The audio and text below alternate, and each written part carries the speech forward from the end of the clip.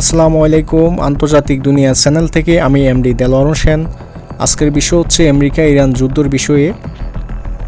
কৌশলগতভাবে অত্যন্ত গুরুত্বপূর্ণ জলপথ স্ট্রেট অফ হরমুজ প্রণালী ব্যবহার নিয়ে নতুন একটি পরিকল্পনার কথা ভাবছে ইরান।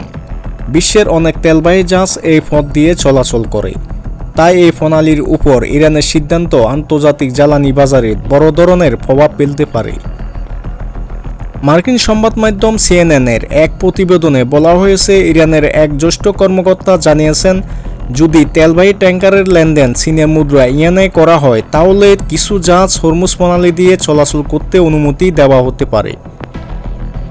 এর থেকে বোঝা যাচ্ছে চীন ও ইরানের সম্পর্কটা কতটুকু গভীরের। বর্তমানে বিশ্বের বেশিরভাগ তেল কেনাবেচা হয় মার্কিন ডলারে, কিন্তু ইরান সে পদ্ধতি থেকে সরে গিয়ে অন্য মুদ্রায় ব্যবহার পথ খুঁজছে। এতে করে ডলারের উপর নির্ভরতা কমানো সম্ভব হতে পারে।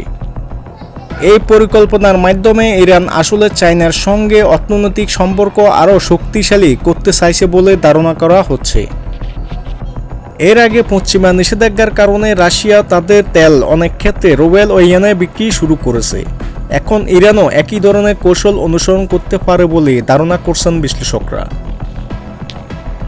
বিশেষজ্ঞরা বলেছেন, যদি এই পরিকল্পনা বাস্তবায়ন হয় তাহলে আন্তর্জাতিক তেল বাজারে চীনা মুদ্রা ইয়েনের ব্যবহার বাড়তে পারে এবং ডলারের আধিপত্য কিছুটা কমে যেতে পারে। পাশাপাশি হরমুজ প্রণালী ঘিরে নতুন করে ভূরাজনৈতিক উত্তেজনা তৈরি হতে পারে। আরও তথ্য পেলে আপনাদের সামনে হাজির করব। আজকে এ পর্যন্ত। আর আমাদের চ্যানেলটি ভালো লাগলে সাবস্ক্রাইব করে পাশে থাকবেন। ধন্যবাদ। আসসালামু আলাইকুম।